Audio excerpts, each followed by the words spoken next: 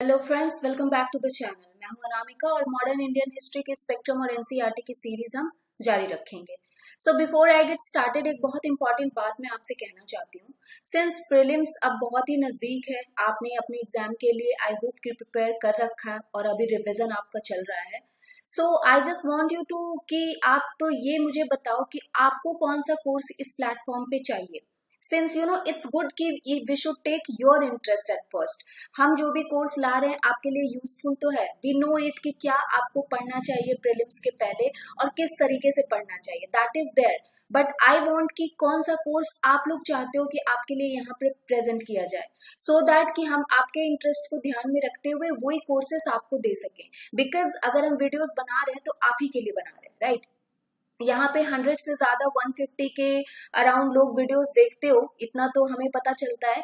लेकिन I think कि 15 to 20 लोग ऐसे हो जो रेगुलरली मेरे वीडियोस को फॉलो करते हो, क्योंकि वो आपके कमेंट से या आपके लाइक से पता चल जाता है कि कितने लोग आपके वीडियोस को रेगुलर फॉलो कर रहे हैं।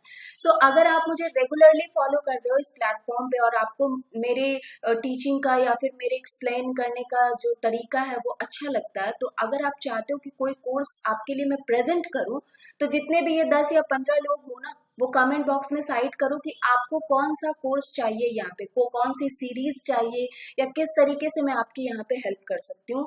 एंड ट्रस्ट मी, वो कोर्स मैं आपके लिए जरूर बना के लाऊंगी। जो भी जिसका भी वेटेज ज्यादा होगा वो कोर्स यहाँ पे आपके लिए प्रेजेंट किया जाएगा। Okay, and also subscribe to Unacademy Plus, use the referral code rank10 so that you get 10% discount, and apart from that you get extra benefits also. So Unacademy also helps you, अगर आप subscription लेते हो plus का, तो आपको वहां पे prelims, mains और इंटरव्यू हर चीज के लिए प्रिपेयर कराया जाता है। One subscription unlimited benefit you get 100% syllabus coverage के साथ। And after that bilingual Hindi और इंग्लिश सारे बैचेस यहाँ पे अवेलेबल हैं। आप यूपीएससी वाईटी कोड भी यूज कर सकते हो, उसमें भी आपको 10% ऑफ मिलता है। अगर आपको सब्सक्रिप्शन से रिलेटेड भी कोई जानकारी चाहिए, कमेंट बॉक्स में साइट कीजिए। आप इन लिंक्स को भी क्लिक कर सकते हो हमें फॉलो करने के लिए, हमें ज्वाइन करने के लिए। सो हम क्या डिस्कस कर रहे थे, नेशनल मूवमेंट जो 1905 से 1918 का पीरियड है। तो उसमें हमने पिछले लेसन में देखा था कि किस तरीके से जो बिगिनिंग हुई थी मॉडर्न नेशनलिज्म की इंडिया में, वो शुरू हुई थी, कैसे इसके फैक्टर्स जो थे रेस्पॉन्सिबल थे, क्या क्या फैक्टर्स थे। तो हमने मेनली 10 फैक्टर्स जो है वो डिस्कस किए थे। Political, administrative and economic unification, या फिर हमने देखा था वेस्टर्न थॉट और एजुकेशन किस तरीके से इसके लिए रेस्पॉन्सिबल था। प्रेस और लिटरेचर का क्या रोल था।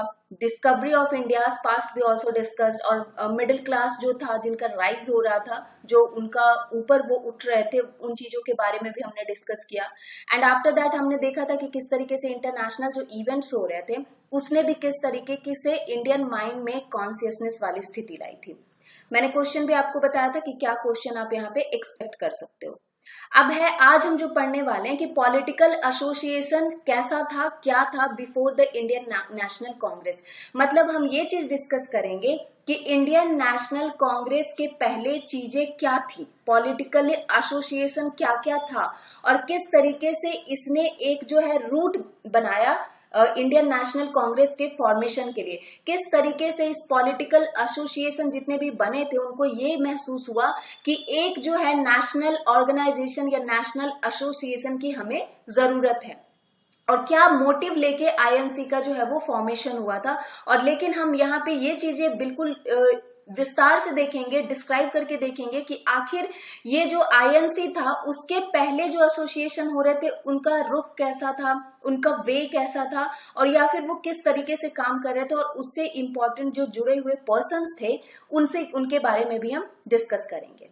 ओके, तो let's get started. First of all, जो सेकेंड हाफ सेंचुरी था ना, 19th सेंचुरी जो था, वहां पे नेशनल पॉलिटिकल कॉन्शियसनेस जो थी, कॉन्शियसनेस और फाउंडेशन जो थी एक ग्रोथ के लिए, एक नेशनल मूवमेंट के ग्रोथ के लिए ऑर्गेनाइजेशन का जो गठन होना शुरू होता है वो यहाँ पे स्टार्ट होना शुरू हुआ था। ये वही पीरियड था जब इंडियन इंटेलिजेंसिया जो है अपने पॉलिटिकल एसोसिएशन में बहुत ज्यादा बिजी होना शुरू हुई थी, क्रिएट करना उसको शुरू करा था इन्होंने, और अपने पॉलिटिकल एजुकेशन को इन्होंने स्प्रेड करना शुरू किया था ताकि ये ज्यादा से ज्यादा अपनी इन्वॉल्वमेंट दिखा सकें।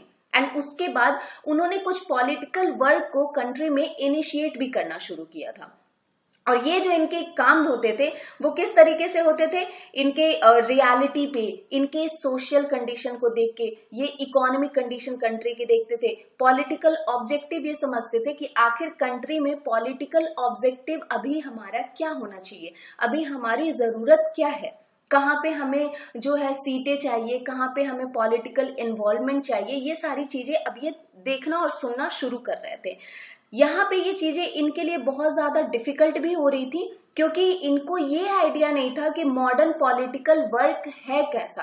तो जैसा कि मैंने पिछले लेसन में बताया, कुछ जो ये मिडिल क्लास इंटेलिजेंसिया वाले जो पीपल थे, जो कि ब्रिटेन जाके अपनी नॉलेज और अपना एजुकेशन करके आ रहे थे, वहां पे वो इसके सामने आए थे कि किस तरीके से मॉडर्न एजुकेशन या मॉडर्न पॉलिटिक्स जो है वो काम करता है, और उसी चीज को अब वो इंडिया में लागू करना चाहते थे। लेकिन ऑपोजिशन इनके तरफ बहुत ज्यादा था, ब्रिटिश ईस्ट इंडिया कंपनी थी, इतनी आसानी से तो मानती नहीं, इस तरीके से इनका काम चल रहा था।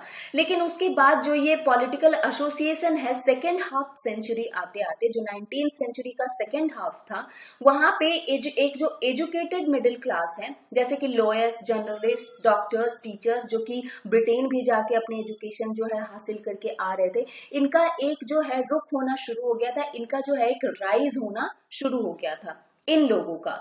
एंड एक चीज इनको बात दिमाग में 1857 के फेलियर के बाद ही आ चुका था, जब सिपाही विद्रोह हुआ था, सिपोई म्यूटिनी हुई थी, 1857 का रिवोल्ट हुआ था, तो इनको एक चीज तो क्लियर हो गई थी दिमाग में कि अगर हम ट्रेडिशनल रुख रखेंगे, ट्रेडिशनल पॉलिटिकल रेजिस्टेंस रखेंगे ब्रिटिश इंडिया के खिलाफ, तो फिर हम सक्सेस नहीं हो सकते। क्योंकि यहाँ पे कौन इन्वॉल्व थे, इसमें अपर क्लास लोग इन्वॉल्व थे। कॉलोनियल रूल को फाइट करने के लिए उनको नॉर्मल मासेस, जो एक आम जनता होती है, उनका सपोर्ट होना ज्यादा जरूरी था। अपर क्लासेस कितना वहां पे, कितने डोमिनेटिंग लोग वहां पे होंगे, 2%, 1%, इससे इनको नहीं मिलेगी सक्सेस। ये बात ये जान चुके थे, क्योंकि 1857 का जो रिवॉल्ट था वो एक फेलियर साबित हुआ था।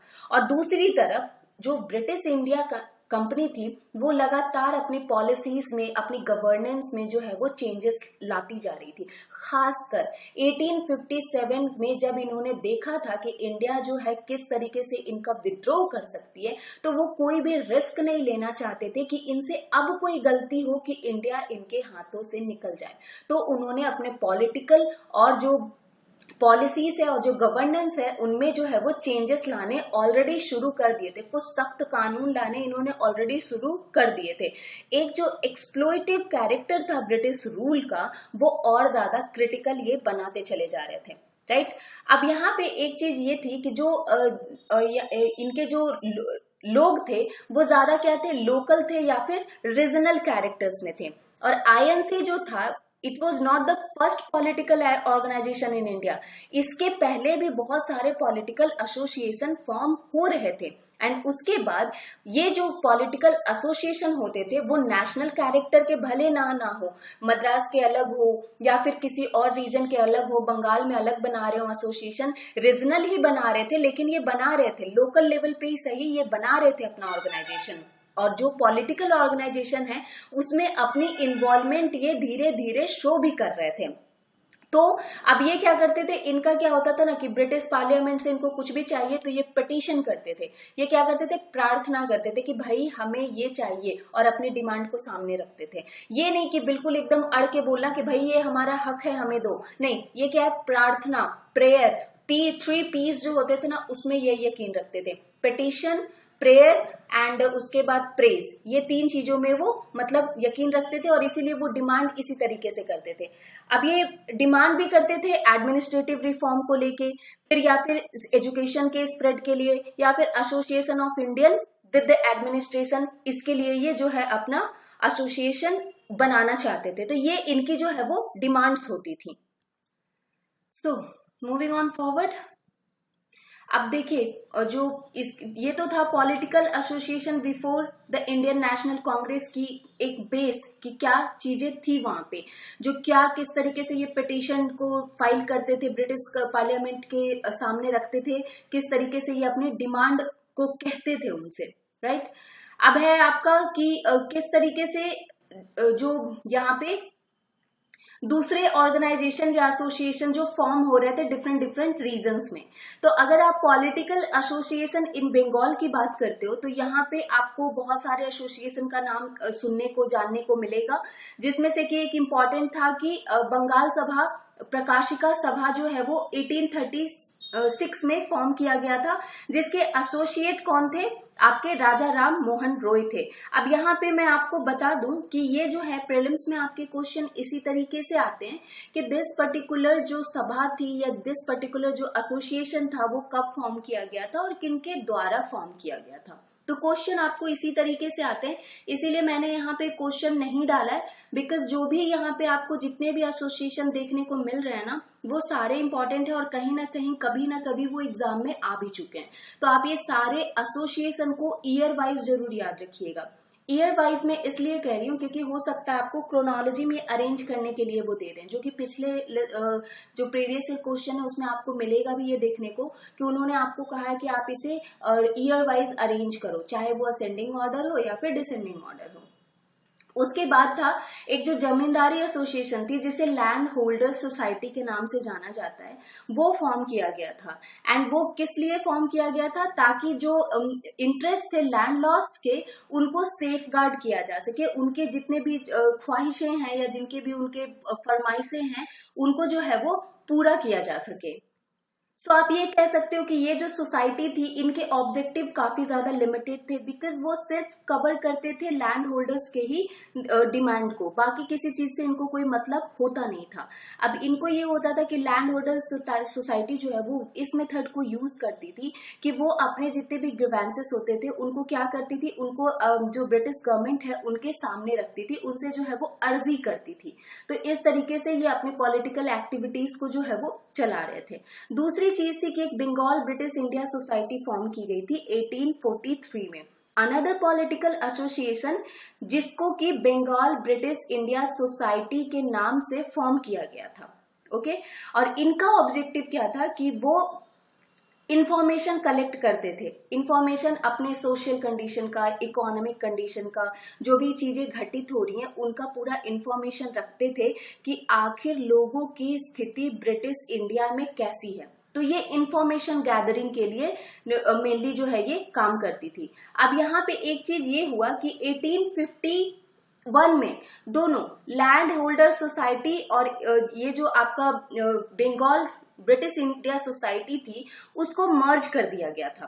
तो ये भी आपको क्वेश्चन में पूछा जा सकता है कि कब जो है ये जो लैंड होल्डर सोसाइटी है और बंगाल ब्रिटिश इंडिया सोसाइटी है वो मर्ज हुई थी और ये बनाया गया था ब्रिटिश इंडिया एसोसिएशन। ध्यान में रखिएगा, ब्रिटिश इंडिया एसोसिएशन जो था वो मर्जिंग था लैंड होल्डर सोसाइटी का और बंगाल ब्रिटिश इंडिया सोसाइटी का।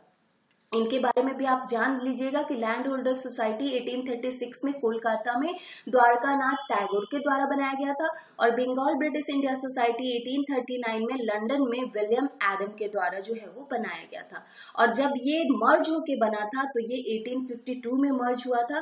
कोलकाता में ये द्वारका नाथ टैगोर के द्वारा फाउंडेशन जो है, इसकी नींव जो है वो रखी गई थी। अब इनका भी होता था कि ये पिटीशन सेंड करते थे ब्रिटिश पार्लियामेंट को और उसके बाद अपनी डिमांड जो है या कुछ सजेशंस जो हैं वो चार्टर में रिन्यू करने के लिए कंपनी से कहते थे। जैसे कि इनका एक दो चीजें जो डिमांड में इनकी रहती थी वो ये रहती थी कि वो एक सेपरेट लेजिस्लेचर का चाहते थे, एक पॉपुलर कैरेक्टर का जिसमें इनकी भागीदारी, इंडियंस की भागीदारी ज्यादा हो। उसके बाद वो ये भी चाहते थे कि एग्जीक्यूटिव और जुडिशियल फंक्शन दोनों सेपरेट हों और फिर जो हायर ऑफिसर्स हैं उनके जो ब्रिटिश जो यूरोपियंस यहाँ पे ऑफिसर्स थे उनको सैलरीज जो है उनकी वो थोड़ी रिड्यूस की जाए। और चौथा ये होता था कि ये कहते थे कि आप सॉल्ट ड्यूटी को अबॉलिश करो या फिर आप स्टैंप ड्यूटी को जो है ना थोड़ा कम करो या फिर अबॉलिश करो, ये इनकी डिमांड रहती थी।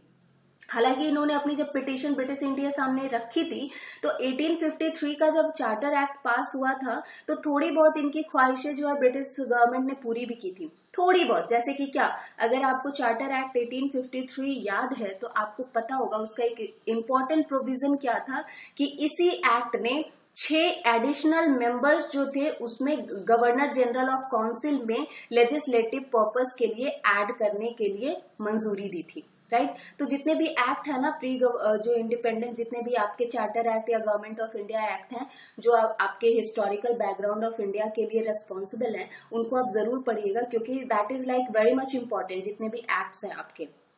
अब है आपका ईस्ट इंडिया एसोसिएशन। सो ईस्ट इंडिया एसोसिएशन जो है आपका वो दादा भाई नौरोजी के द्वारा 1866 में लंदन में फॉर्म किया गया था। एंड ये ध्यान में रखिएगा कि ये लंदन में फॉर्म हुआ था, किसके द्वारा?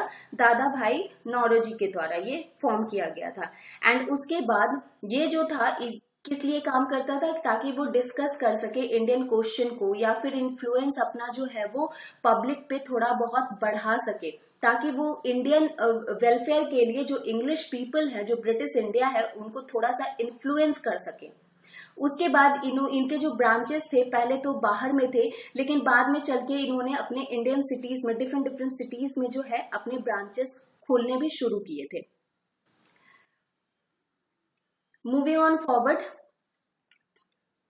The Indian league. तो ये जो इंडियन लीग था वो कब स्टार्ट किया गया था? ये स्टार्ट किया गया था आपका 1875 में शिशिर कुमार घोष के द्वारा, और इनका ऑब्जेक्टिव होता था कि स्टिमुलेट करना, या फिर जो नेशनलिज्म वाला सेंस है उसमें उसको लोगों में जगाना, उनको एक नेशनलिस्ट, एक पैट्रियाटिक जो फीलिंग होती है वो उनमें जागृत करना, और लोगों को पॉलिटिकल एजुकेशन के लिए जो है वो एनकरेज करना कि आप पॉलिटिकल एजुकेशन मतलब क्या होता है कि आप पॉलिटिकली अपना इन्वॉल्वमेंट दिखाओ, आप अपना ये धर्म समझो, आप अपना ये फर्ज समझो कि इसमें पॉलिटिकल चीजों में भी आपकी इन्वॉल्वमेंट अगर होती है तो वो देश की तरक्की के लिए होती है। ये चीजें वो उनमें जागृत करना चाहते थे।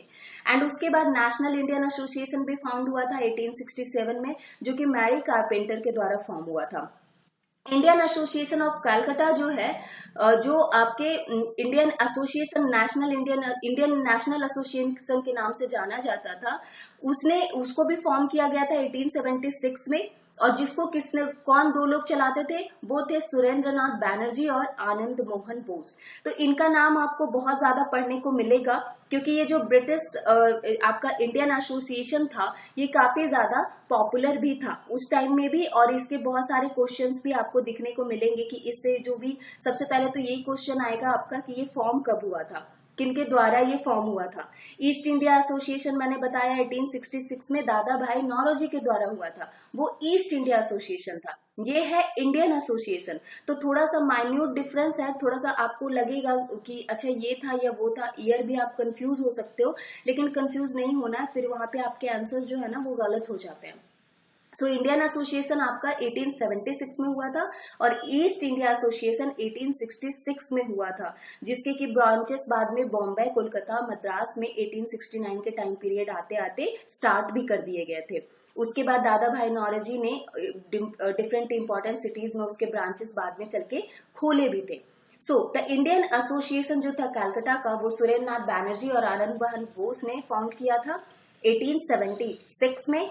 एंड ये जो फाउंडर्स थे इंडियन एसोसिएशन ऑफ कलकत्ता के, वो जो इनके डिसकंटेंट होते थे लैंडलॉर्ड्स के से, या फिर जो कंजर्वेटिव पॉलिसीज जो थी ब्रिटिश इंडिया एसोसिएशन की, उनके खिलाफ ये अपनी बात रखते थे। एंड उसके बाद इनका ये भी था कि लोगों को यूनिटी में बांधना है, लोगों को यूनिफाई करना है इंडियन लोगों को, ताकि एक कॉमन पॉलिटिकल प्रोग्राम वो चला सके और फिर अपने पॉलिटिकल एजेंडा को थोड़ा सा वो मजबूत कर सके। ये 2 इनके मेन मोटिव में आते थे। ईस्ट इंडिया एसोसिएशन जो थी, उन्होंने अपने आप को ऑर्गेनाइज किया था ऑल इंडिया एजिटेशन के रूप में भी, जिसे कहा जाता था कि उन्होंने सिविल सर्विसेज एजिटेशन के नाम से अपनी जो है ये फॉर्मेशन रखने के बाद इसके लिए काफी इंपॉर्टेंट काम किया था।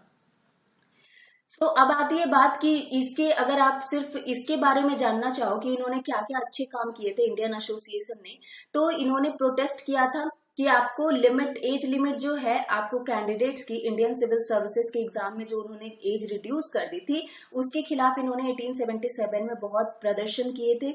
इन्होंने, एसोसिएशन ने ये डिमांड किया था कि जो सिविल सर्विसेज एग्जामिनेशन है वो इंग्लैंड में भी हो और इंडिया में भी हो, ताकि जो है ये हायर जो पोस्ट है, एडमिनिस्ट्रेटिव पोस्ट, उसका इंडियनाइजेशन हो सके।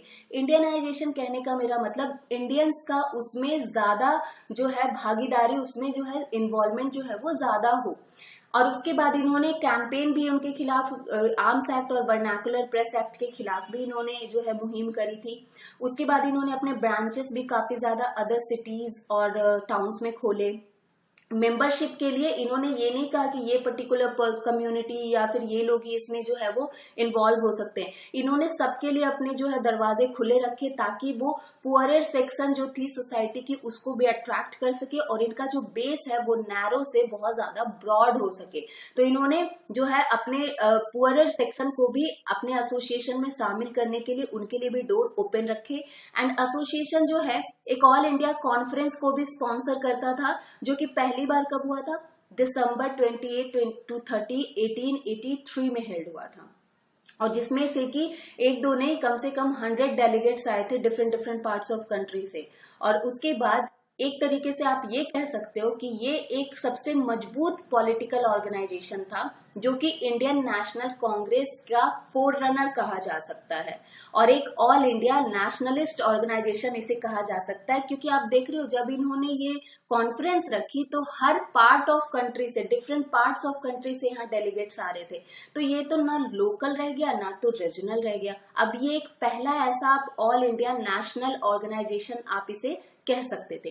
तो ये भी अगर आपको बोला जाए किसी तरीके से आंसर राइटिंग में आपको करनी हो, तो इंडियन एसोसिएशन को ही आप कह सकते हो कि इट वाज, इसका जो था थोड़ा सा मेथड, वो एक ऑल इंडिया नेशनलिस्ट ऑर्गेनाइजेशन के रूप में देखा जा सकता है। उसके बाद पॉलिटिकल एसोसिएशन इन बॉम्बे, तो यहाँ पे भी ये हुआ था, एसोसिएशन इन्होंने फॉर्म किया था, जिसमें से कि फिरोज शाह मेहता, केटी तेलंग, बदरुद्दीन तैयब जी, इन्होंने मिलकर फॉर्म किया था बॉम्बे प्रेसिडेंसी एसोसिएशन, जो कि 1885 में फॉर्म हुआ था।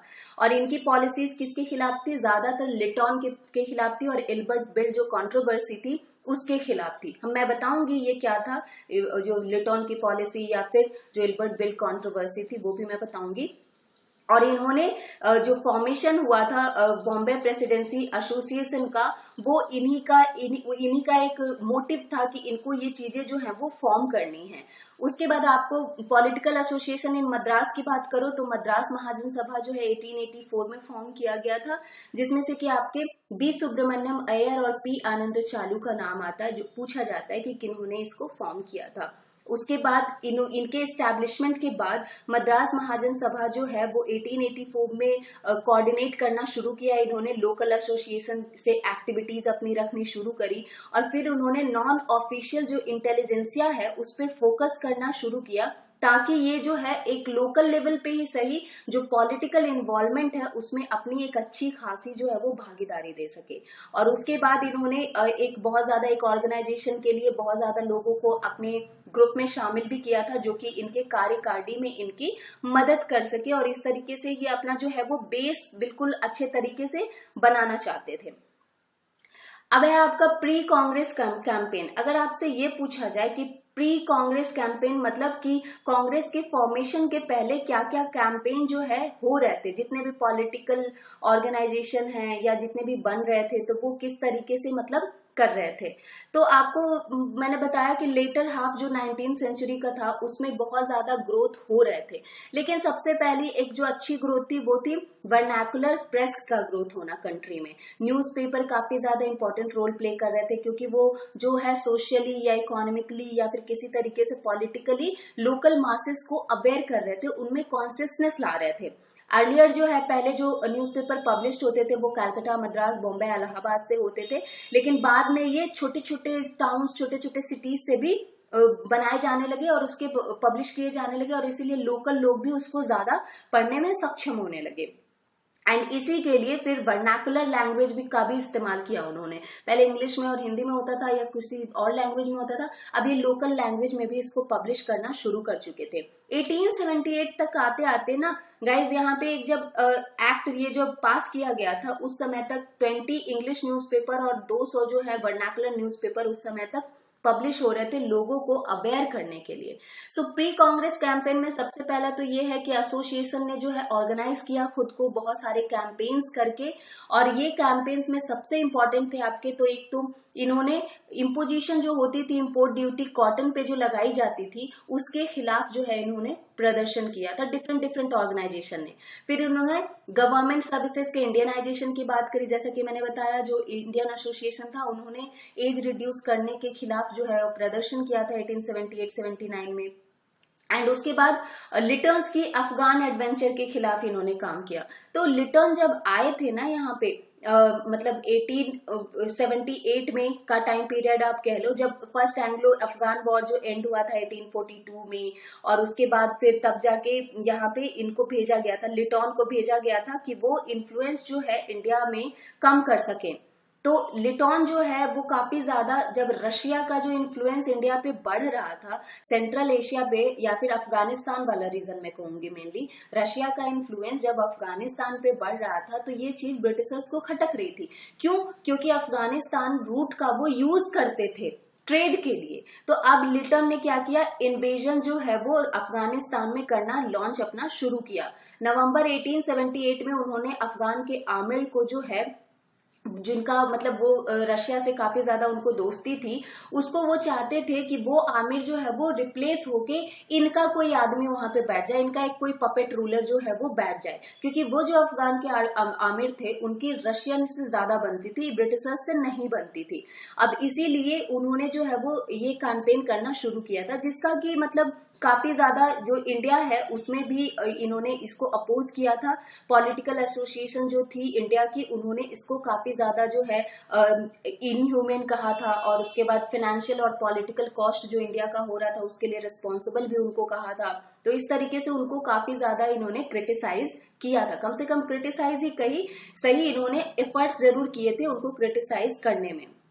और उसी समय सेकेंड और फर्स्ट एंग्लो अफगान वॉर भी हुए थे, जिसमें काफी ज्यादा जान माल की नुकसान हुआ था।